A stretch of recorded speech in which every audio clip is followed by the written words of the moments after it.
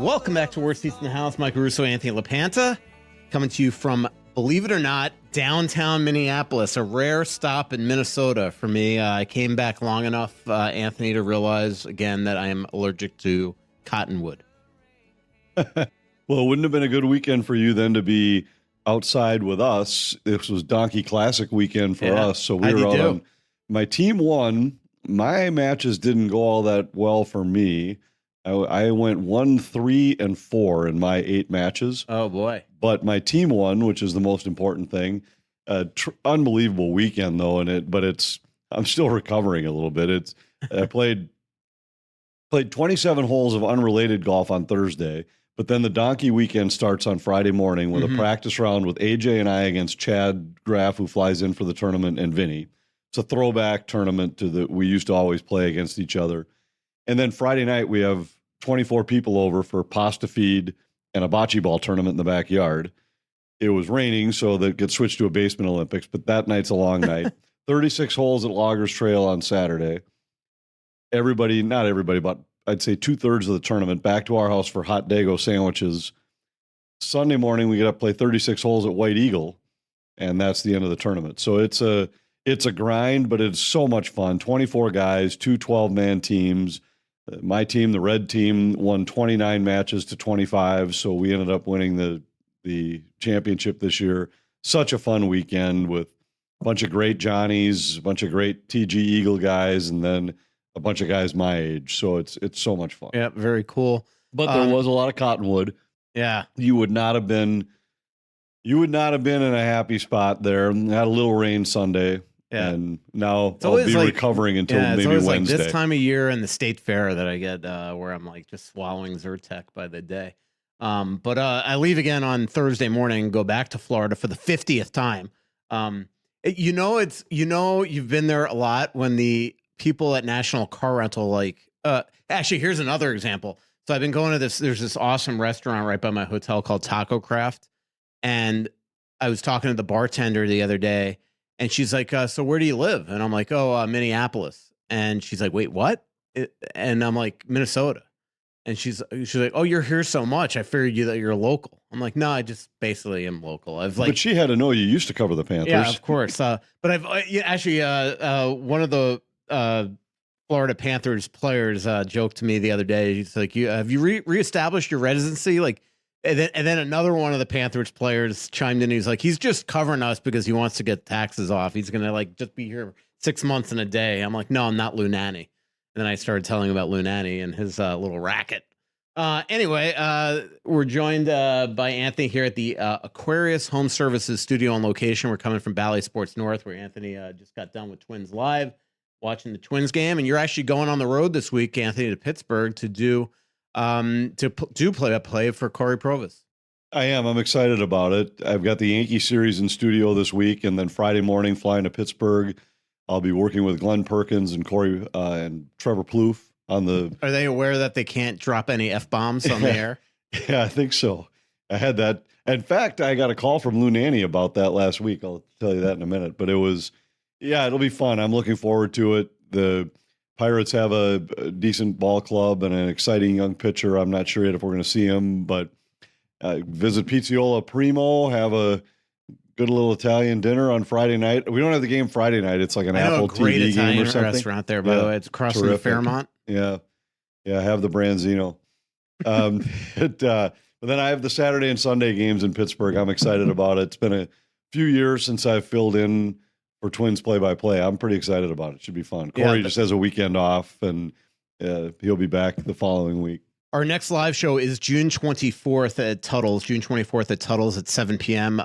We are going to be praying, and when we mean me, because Anthony doesn't get fazed by anything, but I will be praying that this series ends in 6 games or earlier, or otherwise I'm going to be calling you in a panic, because on June 24th is scheduled Game 7 in Florida. So I'll also be panicking. Yeah, I bet you will. So right now, June 24th, 7 p.m. is at Tuttle's. If I cannot make it, we will get a special guest with Anthony, but we're hoping that this is 6 games or fewer. Out of total selfishness, because I know that karma, jinxes, all that stuff, that I can help this along. I picked Florida to win this series in 5 games for 2 reasons. One, because I want to be at that podcast on June 24th, Anthony. But 2, I don't want to remake that a second trip to Edmonton. This travel is going to kill me this trip. And so if I have it end in 5 in Florida, I know that I just got to return here to Minnesota and just don't get on my connecting flight to Edmonton. I didn't really even think about the travel, and certainly wouldn't have thought about your travel, but I wasn't thinking about it for the travel for the players and everything. There's probably not very many finals matchups that could be worse. No, this is the worst, longest apparently in any pro sport ever in the US and Canada. I did cover in 2006, my first year here in Minnesota. I covered that Edmonton Carolina series, which was an absolute blast from my perspective. Because first of all, there were a gazillion Minnesotans on Carolina, Matt Cullen, Brett Hedican, guys like that. Somebody's escaping me. I'll think of it. But then also you had the Dwayne Rollison trade that year. And by them not winning the Cup, the Wild wound up with the 17th pick in that draft. And if they won the Cup, then the Wild would have wound up with 30, and they wouldn't have been able to make the Pavel Demitra trade. But because Edmonton didn't win the Cup, the Wild they traded their first round pick for Patrick because they still had that 17th pick. And it was, if I remember correctly, the LA Kings needed Trevor Lewis to be on the board. And then the Wild got Pavel Demitra, and I think Patrick O'Sullivan was in that trade as well, but that trade doesn't happen. So regardless, that was a long trip. But the difference there, Anthony, is that the NHL arranged for media charters during that trip. So we would just get on a media charter after the game and fly across the world to Carolina. And one of the genius things I ever did was I got on the front row we landed so early. We took a red eye back between games 6 and 7 to Carolina. And all of a sudden I realized that we were all like an entire busload of hockey writers were going to get to the Marriott Crabtree in Raleigh at the same time at 7 a.m. where there probably wouldn't be rooms ready. So we get all on the bus, and I'm like first on the bus. And instead of going to the back of the bus, I decided to get on the front row and sit down. And then we get to the Marriott. I run into the front desk. I check in. I get a room. I come down like 5 hours later after sleeping, and there's all these hockey writers like sleeping on the lobby of the Raleigh Crabtree Marriott, all pissed off that I got a room but it was all because I was smart to get on the top of the front of that bus. Always thinking ahead. Fun times. Always thinking ahead. It was running through my mind trying to think of any other Stanley Cup final that would have even rivaled it. And I can't think of one. Like Vancouver Tampa Bay, being Calgary in it. was a pain in the ass. And that one, that was close. In 04. I was still in Florida. And it's funny when you think about this, that I would never have guessed that 1 year later, I'd be moving to Minnesota. But 04, and the funny thing there is I had to connect in Minneapolis every single time on Northwest Airlines. Didn't Vancouver, they would have played Boston. So that would have been, but that's probably not as far. And Vancouver, New York. But those aren't as far when you're heading down south. Yeah, so anyway, that's a little divergent topic there. I hadn't really thought about what that travel is going to be like. Yeah, the one of the stories I'll be working on is what all these guys are going to be doing on their 6.5 hour nonstop plane rides, and just try to get some funny stories. Verhaeghe was saying the other day that he's the best poker player. Then he deferred. Actually, he's like Gus Forsling is the best poker player. So that'll be one of the fun stories. I got a big Tarasenko story that's running tomorrow. I'm doing a huge Connor McDavid piece with Daniel Nugent Hopkins Bowen. His really name is Daniel Nugent Bowman, but I always call him Nugent Hopkins. He's our Edmonton writer. We'll be collabing on that, but it'll be a fun series. It's just me, Daniel, Chris Johnston, and Pierre LeBrun covering for The Athletic. So hopefully everybody reads our coverage. Let's talk about the Wild, Anthony. And again, June 24th is our next live show. Biggest news of the last couple of days is Darby Hendrickson, after 14 years as an assistant coach with the Wild, was let go. If you've been listening to this podcast the last month and a half, I've been sort of forecasting that this was a possibility. I thought it would happen right after the season, but I think what happened was John Hines really wanted to actually keep him, and was very much, open to keeping him. And I just think that after some talking with Bill Guerin at the World Championship, that they just decided that it was probably time, and this would give an opportunity to get somebody more experienced on the staff, not more experienced than Darby Hendrickson, but if they were going to make a move, it was not going to be Jason King and Patrick Dwyer, who are relative newbies to the team. Jason King coached his first year with the Wild last year. Patrick Dwyer was brought up when Dean Evison and Bob Woods were let go. Darby was the one constant, and he's been with every staff from Todd Richards on, played for Jacques Lemaire. So every coaching staff in the history of this team has been a part of. And I just think they felt like it was time. And then something happened the other day that made the timing really interesting. If you're not going to fire Darby at the end right at the end of the season, maybe they were starting to think we're going to keep him. But then Jack Capuano got fired by Ottawa, and that's now, when I put 2 and 2 together, the guy I think that they're going to hire. Jack Capuano was assistant coach at the World Championships. He's got a friendship with John Hines. They've only worked together at the World Championships and once on the World Cup of Hockey in 2016. So they don't have this long working relationship, but I know they've got the Rhode Island connection. They're friends. And my gut says that Jack Capuano is going to probably be somebody. I think the prerequisite here to put on the staff with somebody with head coaching experience. And Jack was associate coach in Ottawa for 5 years, coached Jake Sanderson, and has years and years of coaching experience. Yeah, and I wouldn't have even thought about him as an option, but when I started to hear some of the same grumblings like that this might happen, the only thing that I thought of was, well, 2 things came to mind. One is that you just never know when a new coach comes in what he needs from his staff. Mm-hmm. Different head coaches have different needs. And Darby was a terrific guy to have on the staff, a hardworking guy, did a lot of video work when he was coaching under Mike Yode, same thing under Dean Evison. Bruce leaned on him differently. It felt like he was more of a practice drill guy. Almost like running practices on the right. Bruce. And so just different coaches have different feels. And I got the sense that when John Hines got here, that Darby had always been on the bench with Dean, and what Dean needed during a game might have been different than what John Hines was expecting to get from that assistant coach, in terms of maybe it was just the way they look at the game, the critical thinking at a fast pace during a game, and that maybe that wasn't the right fit for Darby.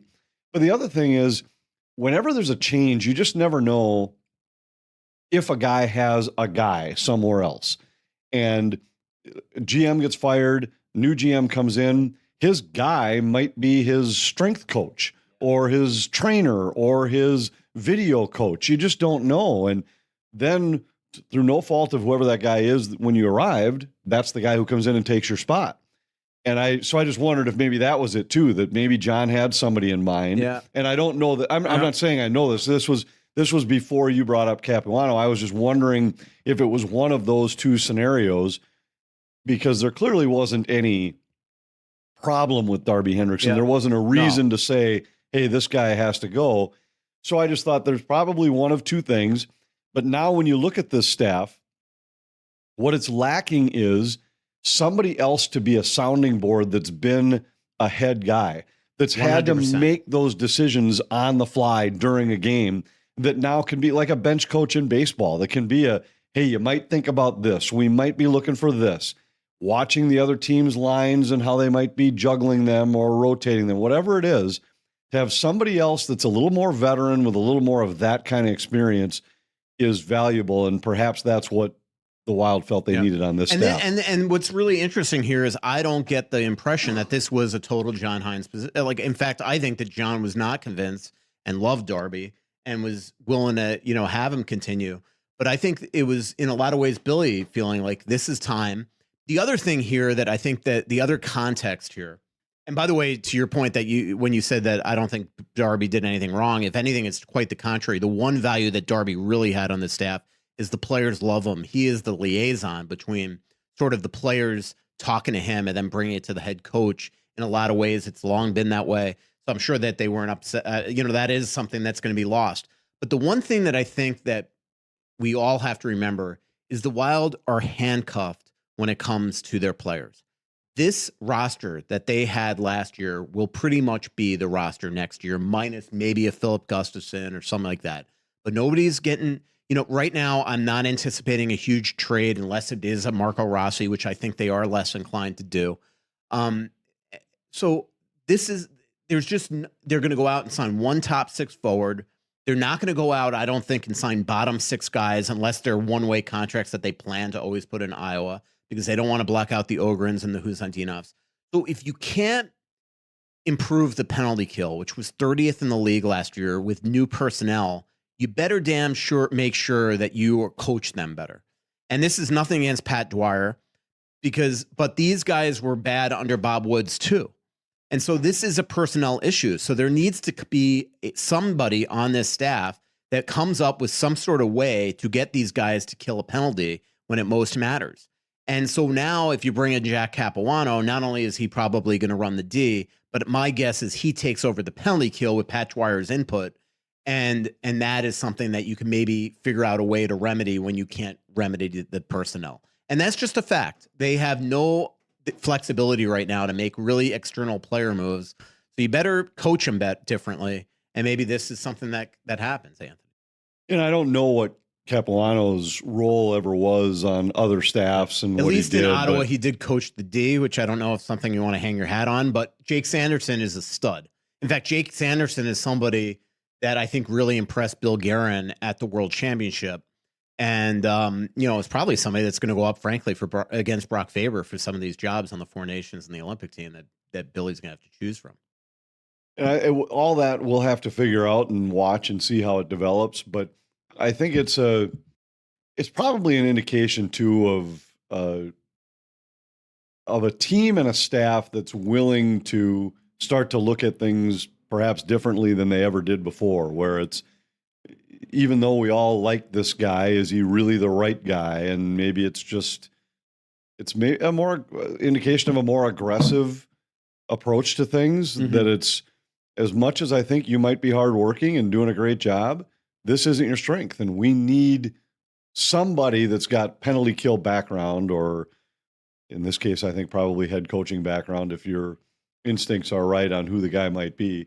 That was the one thing I just thought. And when a whole bunch of people started asking me about it, and I said it wouldn't surprise me if they just needed a sounding board type guy, somebody that would question some decisions, that might think a little differently, to be on the bench, that would open the eyes of the rest of the staff to a different way of looking at things. And just to make one thing crystal clear, to clarify, I'm not saying that's 100% Jack Capuano, but that is what I'm reading, sort of the tea leaves right now.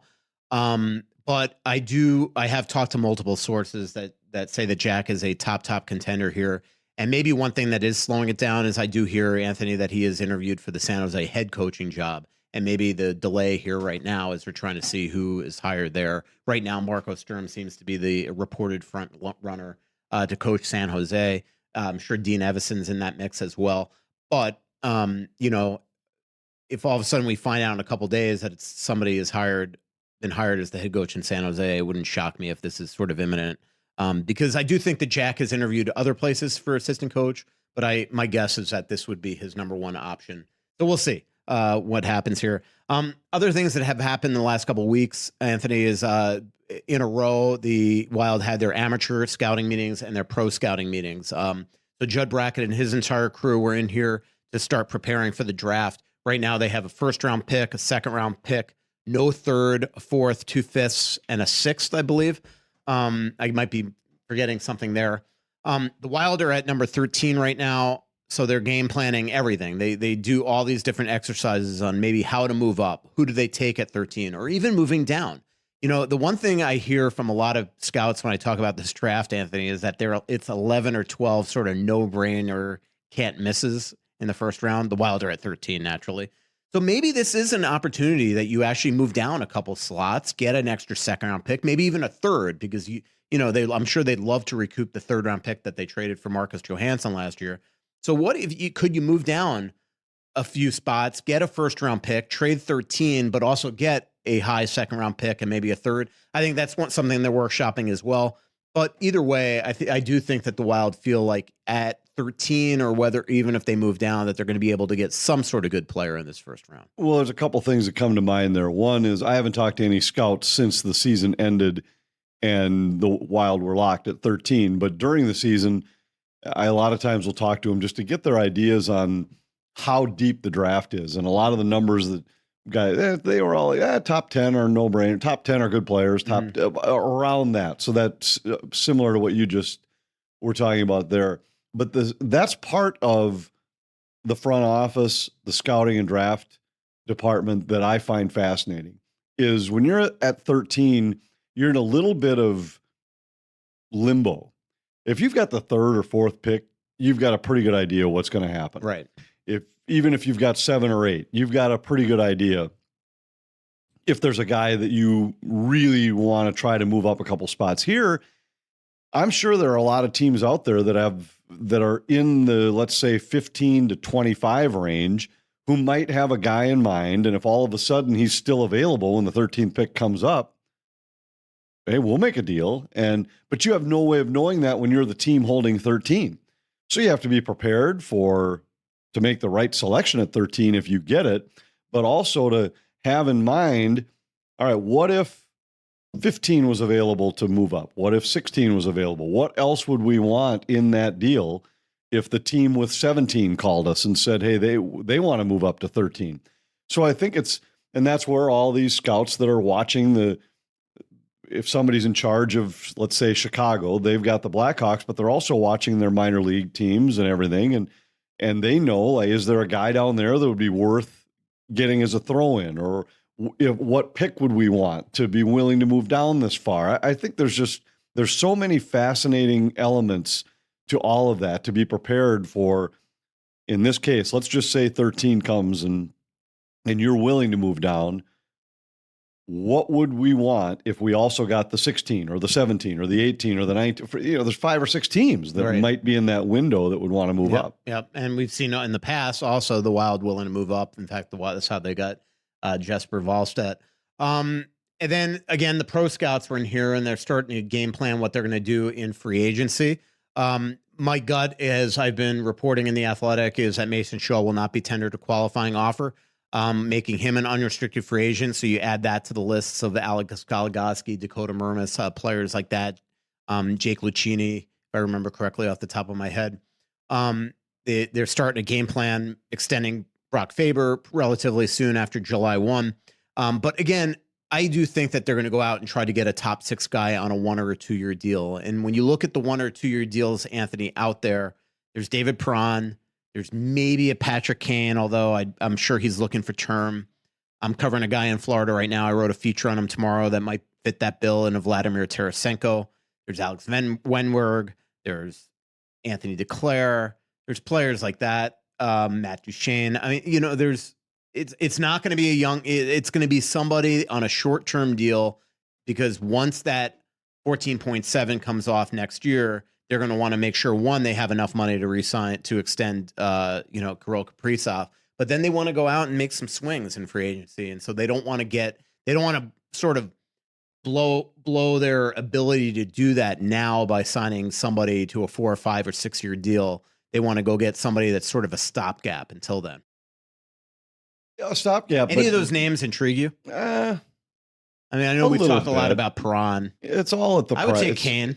Well, I'm not sure. I'm less sold, but if the number's right, yeah, it's possible. I meant Patrick and not Evander. Right. Yeah, I wouldn't take Evander. Yeah. I think that's, we've talked about this quite a bit, that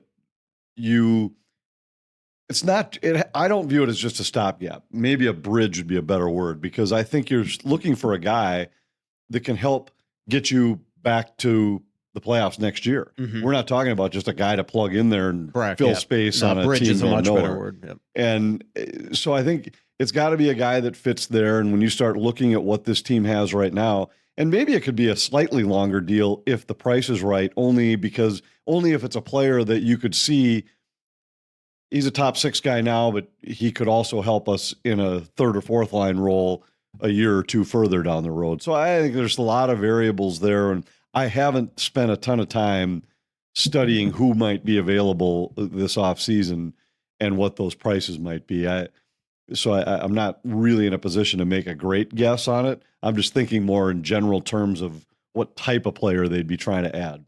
Let's take a quick break, and when we come back, we're going to talk a little bit about the Stanley Cup playoffs. I also want to talk to you, Anthony, later in the show. We got some Twitter questions, but I want to talk to you about just the future of the Wild, and also some buyouts that the Wild might have done once upon a time with Zach Parise and Ryan Suter. We'll be right back. Summer temps are rising, but But at Aquarius, it's time for their summer meltdown of savings. Get up to $3,000 off a new high-efficiency cooling and heating system. Plus, with a qualifying purchase, you'll get a free whole home air purification system. Stay cool and comfy with amazing air quality for years to come. It all starts with a free in-home consultation. One of their highly trained comfort specialists will provide options that make sense for you and your home. And that's not all. Enjoy special prices on new heat pumps and mini splits and 50% off an AC tune-up. Don't miss Aquarius's Meltdown of Savings sale now through July. Schedule today at AquariusHomeservices.com. Aquarius believes in earning the right to be recommended, and don't forget to mention that Russo sent you.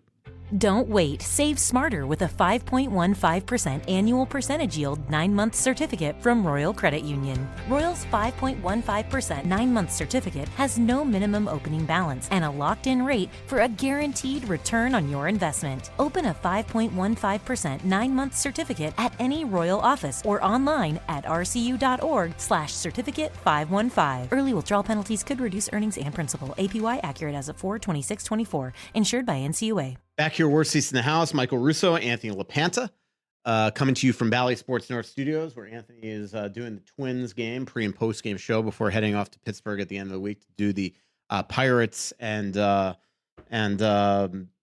Twins. And I just had this thought of this series I once covered there, where AJ Burnett was giving up home runs left and right in that stadium. And afterwards, we asked him, and he went on this like rant that he was playing in like a little league ballpark, and I was just having flashbacks to this branzino I had at some Italian place one night. That was highly recommended by a beat writer, and said beat writer lost voting rights on meals for a year because of how bad it was. Right. What a beautiful skyline, though, in the back. I mean, it's one of the great ballparks. I enjoyed my series covering there. It is, and the city has grown on me a little bit over the years. It's still not my favorite stop in the NHL tour, but it's better than what it used to be.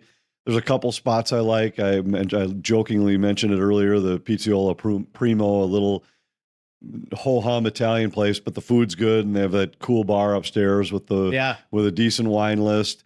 I found a little mixology bar that I liked last year when we were there, and there's a great little old-fashioned bourbon bar that I went to. And, of course, we always go to Redbeard's Pub when we're there, which I've had some great evenings at Redbeard's, just a no-frills hockey pub where they've always got hockey on TV. So in the summertime, I don't know, but maybe it'll be a baseball hangout. Have you been to Porzana yet here? Here? No. Unbelievable. I went last night. You have to go. You have to take Margo there. It's been recommended. And then downstairs they have a speakeasy called I've been through the speakeasy, cool, and just walked through it. I haven't hung out there. Yeah, I went there last night. It was cool. Yeah, and the Flora Room. And the Porzana we had recommended to us. It is so good, Anthony. And I've heard the same thing. We've missed it a couple of times, but I did walk over there one time, and I had heard about the speakeasy, so I just walked down there and took a look at it. It looked pretty cool. I had a Wagyu sirloin that was unbelievable, and you can get like sauces on the side. Their broccoli dish was unreal, like just their broccoli with like some sort of sauce and like, I'm partial to the steaks from Feller's Ranch. Yeah, I know that. I know. And then just the service was outstanding. It's so big. Like you drive by and you're like, oh, look at that little restaurant. And then it's massive. Open kitchen, really cool. I'm anxious to go check it out. I've had a couple other spots. We're going to try a new spot next week. Dario, haven't been there before. Margo and I have stopped at Mason Margot over in that same neighborhood in the North Loop area. And haven't had dinner yet there, but I love they have a little like, it's kind of a build your own cocktail on their menu where you just tell them what spirit you want. Then do you like it boozy, fruity, citrusy, or fizzy or something? And you just give them a couple adjectives of what you like, and then they mix something up for you. Mason Margot. Oh, okay, at Mason Margot. Okay. And we've stopped there a couple times and had just that they whip up something totally different each time, but you just tell them, I like a tequila drink. I like it a little boozy and citrusy, and I think refreshing or light or something is one of the other adjectives. Right. And so I've gone there a few times, given the same adjectives, and had 3 or 4 different cocktails. There's also a place right over there next to Porzana, Mason Margot. I'm trying to see the name of it. Oh, Berlin. Have you been to this place? No. So it's like a little jazz club next to it. Like you go in, there's live music all the time, just right between the two. I haven't. Anyway, we'll check that I out. kind of still wish I lived in downtown after hanging out here last night. June 11th. So I'm in town. So actually, June 11th, I'm flying to go to Edmonton. I can't connect that day. So Delta got rid of all these flights because of the summer. So like these flights that I've even been taking throughout the playoffs to get to and from Florida, gone. So now I got to connect here on the 11th, but I can't leave till the 12th. And the 12th, as you know, is my birthday. I'm sure you knew this. Actually, I did know because we've already purchased a birthday present for you. Oh, wow. So I'm not going to tell you what it is. So June 11th, I'm going to Porzano with some friends. You and Margo should come. We should do it. June 11th. I'll add a couple spots. I think it's a possibility. Okay. And we could bring a birthday gift for you. All right, cool. Because I know you know that June 13th is our anniversary. Yes, exactly. So we're going to celebrate that on June 12th. Yeah. I think I have to work maybe on the 13th if I remember right. So it'll be like a gala. Yeah. If Kevin Fallness is listening, he's about to vomit. But do you know whose birthday is June 13th? No. June 13th? Val Bure. Is that right? Yeah, I knew that. You didn't know that? No, I didn't.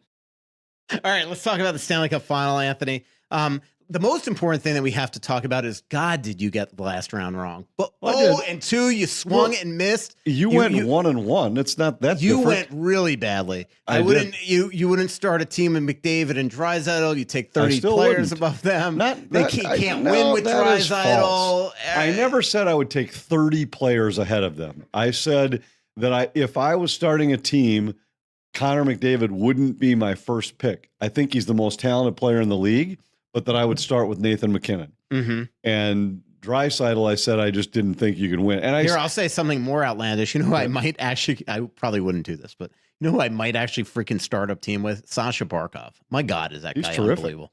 But anyway, continue. Well, and the last series, now I didn't watch game 6 in either series. I was busy with our golf tournament, and I didn't see game 5 in the Dallas-Edmonton series either. Mm-hmm. And what was interesting is both of the teams that I had picked to win were up 2-1, having won on the road in game 3.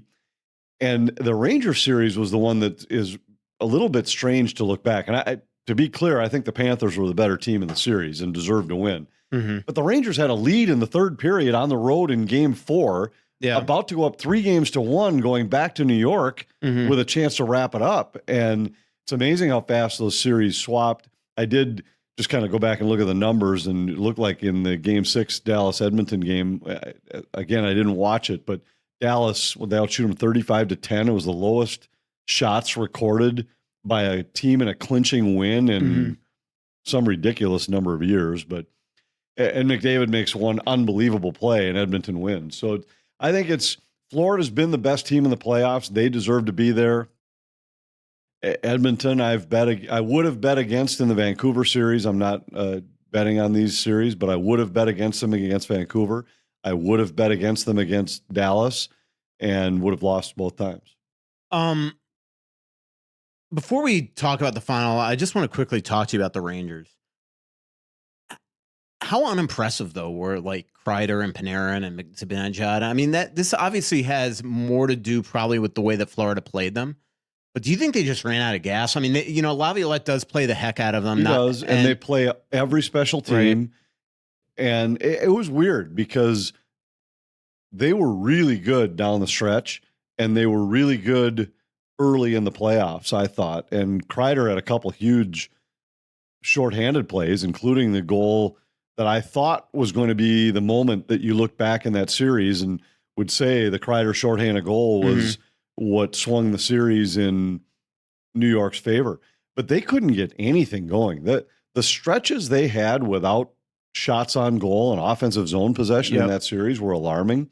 And I think you have to give Florida some credit. I've been thinking a little bit about this Florida club, and I remember last year when the playoffs were starting and they had just sneaked in on the last day, then down 3-1 against Boston in the first round. And I remember us talking about it later in the playoffs and saying, in hindsight, should we have been surprised? The year before, they had been the best team in the NHL.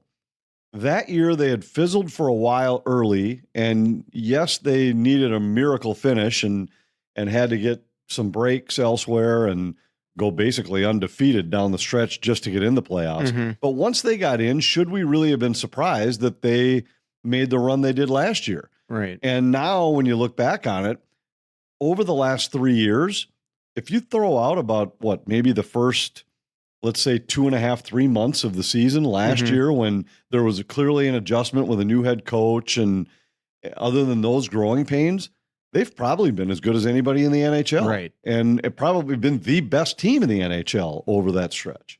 Yeah. I hear you.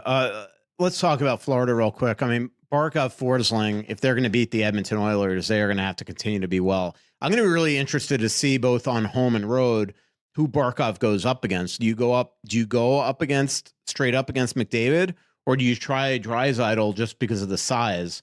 It's going to be really fascinating. Regardless, we're going to see plenty of Gus Forsling. That guy is unbelievable. He's been terrific and really an amazing story with how long in his career he's been overlooked or underappreciated. Mm-hmm. And I play if I'm Florida, when you're on the road, I think you just make sure you get Barkov against either one of those guys. And then when you're home, you can be a little bit more of a hard match. And Edmonton has ways of sneaking those guys in together as well. It isn't like it's a one or the other all night long. And we'll see. I like Florida in the series. I feel like I've bet against them enough times and learned my lesson, although I suppose I bet against Edmonton too. I don't know which one would be the lesser of two the mistakes I've made in my selections. But I like Florida to win the series. Yeah. Man, I think it could be quick. I don't know what you think. I know a lot of people are considering this a long, long series. What's your gut say? My thought would be quick, but with the caveat that what McDavid and Draisaitl have shown is that they're capable of a spurt at some time that steals a game or two. But my initial thought would be that it probably a Florida in 5 kind of series, and that's what I picked. And I think it's likely that, but boy, then all of a sudden you think, what if Edmonton just has one of those nights where those two guys score 3 times and they steal a game early in the series? Then it can take on an entirely different vibe. Yeah, that's how I genuinely worry. Is like if I'm a Florida, is that it doesn't matter how good you are, they still have McDavid and you don't. And we saw the other night. I mean, they had 10 shots and McDavid won them the game. Going up against, like, his first goal was extraordinary, and he goes up against the best defenseman, in the series. Totally undressed Heiskanen on the play. Yeah. And then sets up the winning goal in a game where they were, Stuart Skinner stood up, but they were absolutely dominating the game. Let's talk about that game for a second. You know who didn't play the final 26 minutes of that game? I do know. Yes. Say it. Yeah, number 20. It was crazy. It was, and and I don't care they went down to 4D. They benched Ryan Suter for 26 minutes. You don't just go down to 4D for 26 minutes. It wasn't like they were getting out. They weren't getting killed. They were, it was a 1-goal game. Like, you know what I mean? Like, you're not just doing it just to play your offensive defenseman. Ryan Suter didn't play 26 minutes. That's unheard of. That's a story. It was. And throughout the season, one of the things that I thought made Dallas as good as they were is that they really balanced out those minutes for the defensemen. They didn't overplay any of them. And Suter had a good year for them. But I also think there are limitations to his game, and speed is what, at this point in his career, gives him trouble. Edmonton has speed. It wasn't a great matchup for him. Took some penalties.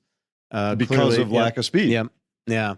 It'd be interesting what happens. So they got 1 year left at 3-something. Do they buy him out? That would be really fascinating. And then suddenly you look at the buyouts from the Wild perspective, and you have 2 guys, one in Parise and one in Suter, who now, with what would have been 1 year left on their deal here in Minnesota, are, at least temporarily not in the league. And in Zach's case, we know he's retiring.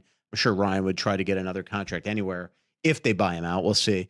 But it's fascinating because I think that the thing that people forget with the pain that the Wild are dealing with being handcuffed because of the decisions they made to buy these guys out, is they did it for cost certainty. Because this summer, let's just say both retired, they would suddenly have to get rid of $15 million right now. How would you even do that if you're Bill Guerin? And then the other thing that people completely forget is that one reason why Bill did it was he did not trust the fact that 2 years ago, each of them would have played for $2 million salaries, that this past season they would have played for $1 million salaries, and that next season they would have played for $1 million salaries.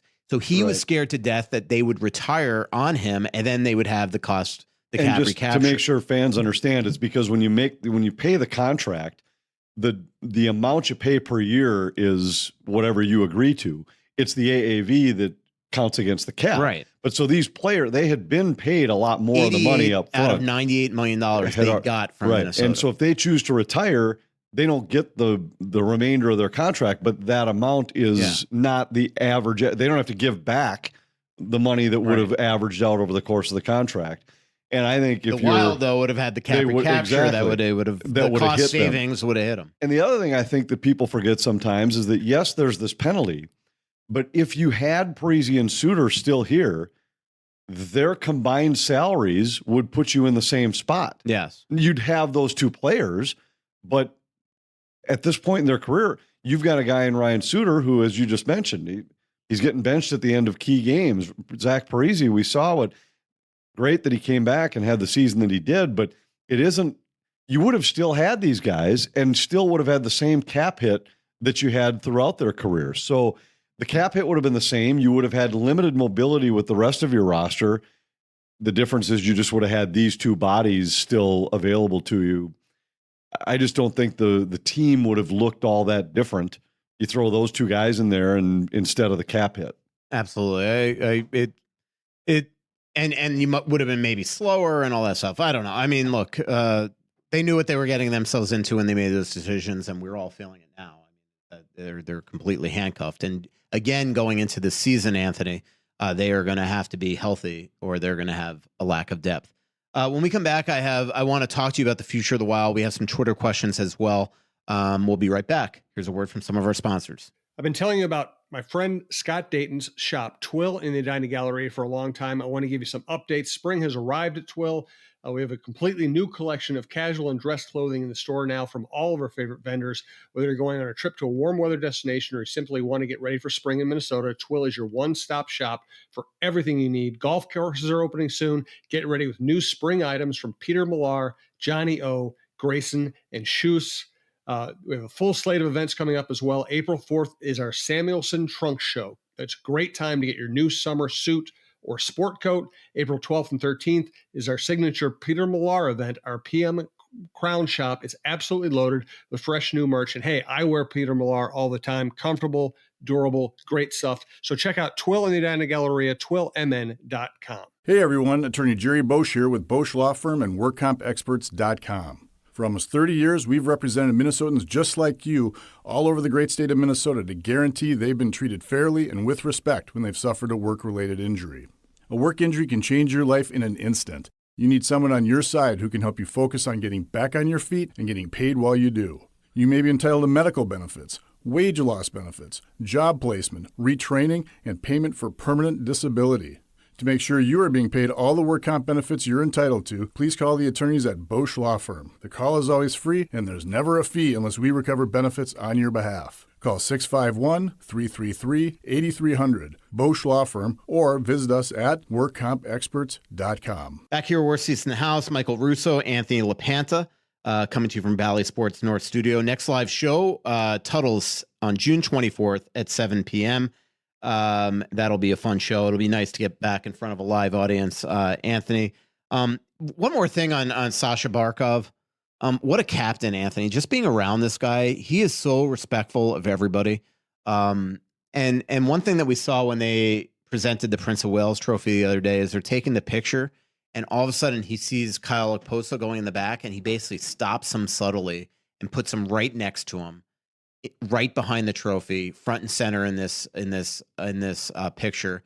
And it just again shows me how aware he is, how cognizant he is that this is a guy made the playoffs for the first time in 8 years, hasn't been anywhere close to a Stanley Cup final, is a key contributor on the fourth line, and he puts him right there in the picture. Like, not many people would have thought like that. And I don't really know him at all. I'm not sure I've ever even had a conversation with him, but I sure respect the way he plays. Yeah. And he's a complete player, a lot more so than I think a lot of people realize. People don't watch Florida a lot. Yeah. It's not a huge TV drawing team. It's I'm sure people right now are having their eyes open to how good they are and how hard they play, but this isn't a team that has a lot of national attention on them over the course of the year. And because of that, perhaps Barkov doesn't get some of the recognition that he deserves for how good a player he is. Yeah. I've written, I feel like 50 stories on Barkov since I started covering them 6 weeks ago. So catch up, everybody. I should read one of those. Yeah, you should. All right. Can you send me your login info? Yeah. Let's get to some Twitter questions, but let's start off with a text that I received from my buddy Kyle Roach here. Okay. On a recent episode of the Athletic Hockey Podcast, one of the writers mentioned how they saw Minnesota heading for the mushy middle in the upcoming and future seasons. They discuss how they are unsure what the path is for the Wild to become a true contender, a contending team in the NHL. Here's the quote from the podcast, Anthony. Thinking bigger about Minnesota, I wonder what the path is for this team. How do they become a contending team? I'm really not sure what the path is for this team, even with Kaprizov on the team. Never mind if they are not able to re-sign him. Based on what they have in their farm system, I like Volstad. I like Urov. Rossi is a good hockey player, and they have good young players. I just don't know what the plan is to become a contender. So anyway, Kyle says the podcast is focusing more on prospects and the Wild's draft position at number 13, and they don't believe there will be a player available at number 13 to alter the path. Removing the draft aspect from my question, do you agree with the premise that Minnesota is heading to the mushy middle in the next 2 to 5 years? If yes, what do you think the roster needs for this team to become a true contender? If you do believe they will be a contending team, what pieces already in the organization will need to improve over their current play to make the Wild into a true contender? So I just thought it would be a good talker. Like, are you when you watch Florida play, when you watch Dallas play, the Rangers play, Colorado, are you still convinced that once they're out of this cap hell, that they are going to be in a position to just, frankly, it needs to be almost immediately to keep the fan base engaged, to become a contender and on par with these other teams? It's hard to know that for sure, just because I think there's a couple questions. One is, does Jared Spurgeon come back and look like Jared Spurgeon again? Because I think maybe I should preface this by saying, I think no matter what happens, it's going to be different than what those teams look like. The Wild they're built differently than Florida is. They're built differently than Colorado is, than Dallas is. Doesn't mean you can't. I'm not saying that they're built lesser. It's just a different style. And if Jared Spurgeon comes back and looks like Jared Spurgeon, I just think they're going to be a younger version of that. And now then you start to look at, all right, well, Boldy, Kaprizov, you certainly can win with those guys in your top bunch, but does another center emerge? I think this year's the year you got to find that stuff out. Is Marco Rossi capable of being a top 6 player on a contending team? Is Jared Spurgeon back to looking like Jared Spurgeon? Does Liam Ogren take the next step next year and legitimately look like he's ready to be a top 6 guy? If those kind of things happen, and then you add a piece in the free agent market that's maybe another top end type forward scoring type, then yes, I think they can look like that. But again, is Volstad ready to be a contending goaltender? So there's still a lot of questions, but I think it's possible. I just think a lot of things would have to fall into place. Yeah. Because if Jared Spurgeon comes back and he's not the same or can't stay healthy again, I still believe the strength of this club is their structure and the defensive core. Yes, they'll have some talented forwards and they'll have more punch there, but the bottom line is if they're going to go anywhere, it's going to be riding Spurgeon, Brodin, Faber, and then potentially Middleton and whoever else rounds out that defensive core. That's the strength of this club. It always has been, and for the foreseeable future will be. And it better be with potentially coming back with a 39-year-old goalie turning 40 and a 21-year-old goalie turning 22 if they trade Philip Gustafsson. you know, you mentioned Rossi and and coming back, and you got to see what they have in him. That is what, you know, to me is, I think, fascinating about the Wild, and the fact that they're at least considering trading him is, I do think that the one thing that they discussed at their meetings last week, is why not wait another year, see how he is this year. He's on an entry level deal. He's not going to fall off the map where you can't trade him. But why make that decision now? If you are not a true contender next season, what's the point? You know, Well, I agree with that. That's when we've talked about this before, and you've speculated he was going to be traded, and I've just said I think it would be a mistake to give up on him at this point in his career. I don't know that you'd look at him and say he's the type of guy that'd be a first-line center on a cup contender, but could he be the second-line center?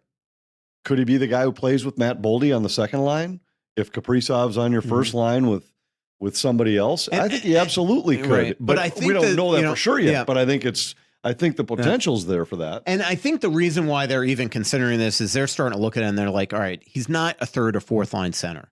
But if they have Urov that they're going to pretty much mark for being a first or second line center, and they got Riley Heidt coming, they're starting to look at, all right, where does Marco Rossi fit? Right, because but you have do Joel not Eriksson have to make Ek. that decision You now. don't have to, and that's my point is that you know what you have in Joel Eriksson Ek. You know what you have in, I think you know what you have in Kaprizov and Boldy. The question is just, can Rossi fit in with those guys somewhere and be a top 6 guy on a team that's ready to go battle with Dallas, Colorado, those types of clubs? I think it still looks like he very well could be, but I don't think that's an answer that you know for certain yet. It's what they have to learn this year. Goaltending. How big of a risk is it to trade Philip Gustafsson? I know that you've never been the biggest Gustafsson fan, but this kind of was his sophomore season. If you just consider that this is a sophomore slump, you know, is it worth giving him another shot in year 2 of his 3-year deal? Because here's my concern, is that I just mentioned coming back with Fleury and Wallstedt. Who of those two are either capable of playing half the games? I don't think that we know that. And are you going to force feed Wallstedt? We know that Fleury can't play 50, 60 games. So you're essentially force feeding Wallstedt at age 21, turning 22 in November, that he is 100% playing half the games, but probably more. Don't you think it's a risk? I think it's a risk. And to be fair, I don't know that I'd say that I've never been a Gus fan. I think I wasn't sold on him yet. It was the main point that I've been making. I just thought he had shown it for a very short period of time. I wasn't convinced that he was ready to be a guy to whom you hitch your wagons and say, he's our number one. Mm-hmm. And he might turn into that. I still don't think he's proven that he can be that guy. I don't think he's proven that he can handle the day-to-day stress of being the guy in goal. I don't think he's proven that he can handle the workload of playing 60 games or 56 or something like that. So I think it's early to give up on that. And I think your fear is exactly right. And that's why I've said it wouldn't bother me to go into the season with all 3 of the guys still under the Wild's control. And if Wallstedt starts the year in the minor leagues, and if there's even parts of the season where you got 3 of them in the NHL, I think I don't think that's the worst problem in the world to have, is to have all 3 of those guys part of your organization next year. And if I had to guess right now, I actually think that's probably the most likely scenario, and not even necessarily because the Wild decide it's a risk. I just think it's going to be hard to trade Gus, because there are so many goalies out there that are more appetizing. And that's when we've talked about it, I've always said I wouldn't go into it feeling like I have to get a deal done and I have to take whatever the best. If the deal's right, absolutely. But I wouldn't feel like you're in a spot where, like they were with Kevin Fiala, where it was, we are going to have to take whatever the best deal is we can get. I just don't think you're at that spot with Gus. Yeah, I don't agree. Somebody asked, I just saw this Twitter question, any news expectation on Fanatics taking over the jersey for the next year? You know what's really funny about this question? Because I don't know, I don't know that you would even know how, like, Fanatics is constantly just scrutinized by everybody and makes some unbelievably egregious mistakes when people buy their stuff. But what's really funny, in New York City the other day, what's the chances I ran into the head of Fanatics? Like just happened to meet him. just because I ran into somebody in New York City from the NHL that was having lunch with him, and just so I, got introduced to him. I mean, frankly, like the person asked if I have concern, I don't care. They'll figure it out. The jerseys aren't good. It's not going to be like Seinfeld where they, like they were. Remember the Yankees uniforms? He changed it to cotton, and they started shrinking. And everybody was too hot in the summertime. Yeah. Somebody asked, I noticed the Athletics URLs are all NewYorkTimes.com now. Is the Athletic brand going away in favor of the New York Times? No, but they own us now, and you're right. The Athletic.com is no longer with us. If you type it, it just automatically gets changed to the New York Times. Anthony, somebody asked, are you hearing the same as American Friedman that Darby ends up in as assistant coach with Andrew Burnett in Nashville? What's ironic is that when I did that huge Nashville story going on in the playoffs, I obviously talked to Bruno for that story, and I told him I was getting the sense that Darby might be in trouble, and I think that makes a lot of sense, Darby going there. But Darby's son's going to the U. He's got another year left on his deal. He's got a son playing at Shattuck. Yeah, like he's got a son that's playing at Gustavus. His family, his roots are here. I've just texted back and forth with him a little bit. I haven't talked too much with him. It wouldn't surprise me at all if it was a season of watching his sons play hockey. That would make the most sense to me, but him and Bruno, that is a close-knit group, and it would make some sense. If he wanted to be a coach in the NHL again this year, that would be a logical landing spot. Yep. Somebody asked me. I mean, think about it. If, let's say, Dean Evison gets hired as a coach somewhere, wouldn't shock me if one of his first calls was to Darby to say, come and join us. On the record already, Dean said that he would bring Bob Woods in there. So that'd be interesting. So here's a question. So Marcus Johansson is somebody that is obviously a lightning rod, had a huge world championship, but we know that he was underwhelming last year. As you've made a point, he was right on pace with his average, all that stuff.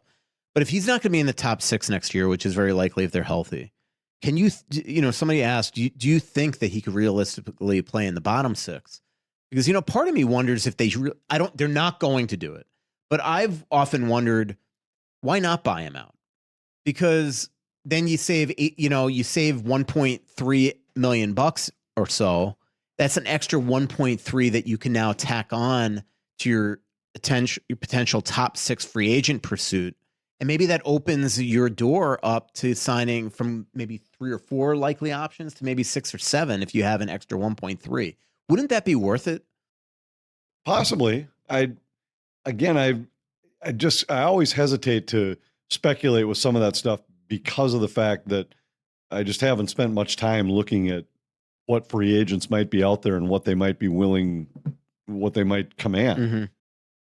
I think the answer to your first question is, could Johansson fill a role on your 3rd or 4th line? I think absolutely he could. And you'd probably just have him be in a spot where he isn't a penalty killer, but can still be a 3rd or 4th line guy, bring some speed to that line. If you get 25 to 30 points from a guy like that, and knowing that you have a guy that on a given night or for a week here or there, somebody's not going well, somebody gets banged up, that you've got a guy that we've seen in short spurts could jump up and contribute in that spot. I just think you're looking at a guy that you know what you're going to get from him, and you know what that costs on the free agent market. A couple $1 million is what you pay for a guy who's going to be a 30 to 35 point scorer. That's what what it costs. Yeah, makes sense. How's I haven't been able to watch a lot of the telecast. How's ESPN's coverage been? Is like the games, the broadcast been okay? Yeah, I'd say average. It's not, and to be fair, the last round, it's been a lot more have it on in the background while something else is going on. I've watched a lot more closely through the first 2.5 rounds of the playoffs. And I do think that Sean McDonough and Ray Ferraro do a great job. I think the one area that they continue to, they need to get better is studio. Like the clips that I've seen, and maybe it'll change this round. Although now he's got Edmonton to root for, but it felt like Mark Messier did not realize he was on ESPN and thought he was on MSG. Like everything's was tilted toward the Rangers. Unfortunately, hopefully, like, you're on a national broadcast, Mark. I'm not one to lecture Mark Messier, Hall of Famer, one of the best players ever. But I do think that he, maybe because of his inexperience on television, forgot that this was supposed to be a neutral. Could be. But now I was going to say maybe it'll go away this round, but let's be honest. He played for the Oilers too and had a lot of cups there. Yeah, and I look at it more from a technical standpoint. I think the broadcast, they've been fine, and Sean McDonough's a pro. I like Ray Ferraro a lot as an analyst, and I think those guys are good. I just look at it more from a technical standpoint, where it just feels like it. I expected there to be a little bit more from. And I loved, I mean, even as simple as when ESPN got the NHL deal back and you knew you were going to hear that NHL music, the old ESPN NHL music, that to me that's what I remember watching hockey. And I don't want to be overly dramatic, but it just catches your attention, kind of almost like a chills down your spine. Yeah. Okay? Like it's a big game now. ESPN's got it. And I just, for whatever reason, I don't know that it's been quite at the level I thought. I thought they'd have some innovative ways to show the game. I do think Steve Levy does an awesome job, and I'm also biased because I'm buddies with him. Hey, last question here. Do you think, like, obviously, the league would have loved the Rangers in it because they are the marquee U.S. franchise. But, from a pure hockey standpoint, like a lot of times, other than the NFL, you really have to have something to sink your teeth into. Like maybe Florida Vegas last year was not doing it for the average hockey fan that's just a fan of the Minnesota Wild or the Carolina Hurricanes or something like that. Do you think Connor McDavid and Leon Draisaitl, or let's just say Connor McDavid alone, will resonate with U.S. hockey fans to the point that they at least watch this series? Or do you think that people are just so provincial about what they love that they're not going to watch it? I don't know how much of a hook it has. I actually did a radio show yesterday, and somebody asked me about the whether or not this would ignite hockey fans in Canada. And because it's been so long since a Canadian team had won the Stanley Cup. And I said, I think maybe if it was Toronto or Montreal, it probably would capture their audience. It's going to have a viewership in Canada. And don't get me wrong, the Canadian fans are going to be pulling for Edmonton to win this. In the U.S., I just don't know. I think what the NHL is fighting in the U.S. is, number one, that it is provincial. Number two, it's just flat out too late. It's mid-June. And when the Minnesota franchise has been out and been done playing hockey for 2 months, and now it's June in Minnesota and it's 75 degrees and sunny, people aren't watching hockey anymore. Yeah. April 21st is when I first left on the road, and it's potentially going to be June 24th when this thing ends, and I leave for the draft June 26th. It's too late. To your point, it's insane. Like, if this series goes Game 7, management will not be at the parade because they're going to be in Vegas at the draft. That's insane. There's ways they could fix that. I honestly the problem believe is ESPN, because the reason why that the league has explained to me is that ESPN has the baseball playoffs. So because that goes into late October, they have to start the NHL season the second week of October. And it just has backed everything up. Right. And next year, it's going to be crazy with the Four Nations. Remember, in February next year, we stopped the league for about 12 to 15 days. Right. And I think with all of those things, there are ways to do it. That start it in a 1 week earlier in October and minimize some of those breaks within the season, and make it, even if you pushed it back so that the cup was awarded about now. Yeah. Let's say June 10th instead of June 25th. Yeah. That's a big difference. Yeah. Well, I mean, it really is just crazy because just think, like, I'll get back from the draft June 30th. Free agency is July 1.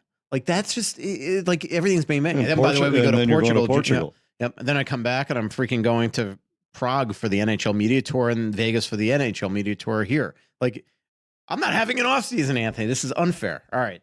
Good show. June 24th. Our next live show, as long as there's not a Game 7, at Tuttle, 7 p.m. Hopefully everybody comes out for that, because it'll be a blast to be at a live show and all that stuff again. Thanks for joining us from the Aquarius Home Services studio on location here at Bally Sports North.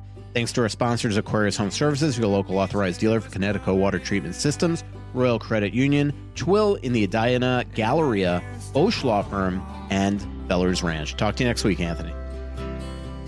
So much coming out, there's nothing going in. I know that you feel like you're never gonna win.